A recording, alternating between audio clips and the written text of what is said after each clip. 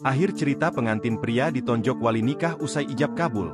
Kapolsek langsung berdamai.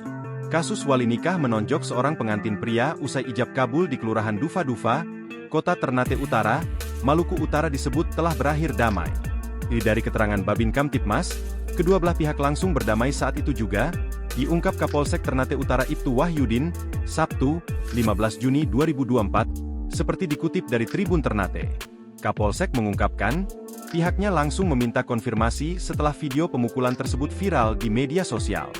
Menurutnya, persoalan pemukulan tersebut langsung diselesaikan secara kekeluargaan. Penyelesaian persoalan pemukulan tersebut juga dibenarkan oleh Babin Kamtibmas Kelurahan Dufa-Dufa Bribka Ismu Husen. Sebelumnya, sebuah video yang memperlihatkan seorang wali nikah di Ternate, Maluku Utara menonjok pengantin pria, viral di media sosial.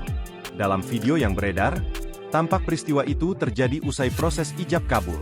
Suasana khusyuk pun berubah ketika wali nikah yang diduga adalah kakak mempelai perempuan tiba-tiba melayangkan pukulan ke arah pengantin pria.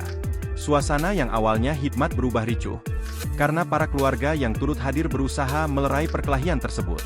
Wali nikah tersebut mengaku emosi dengan mempelai pria, yang memberi ancaman ke pihak keluarga perempuan.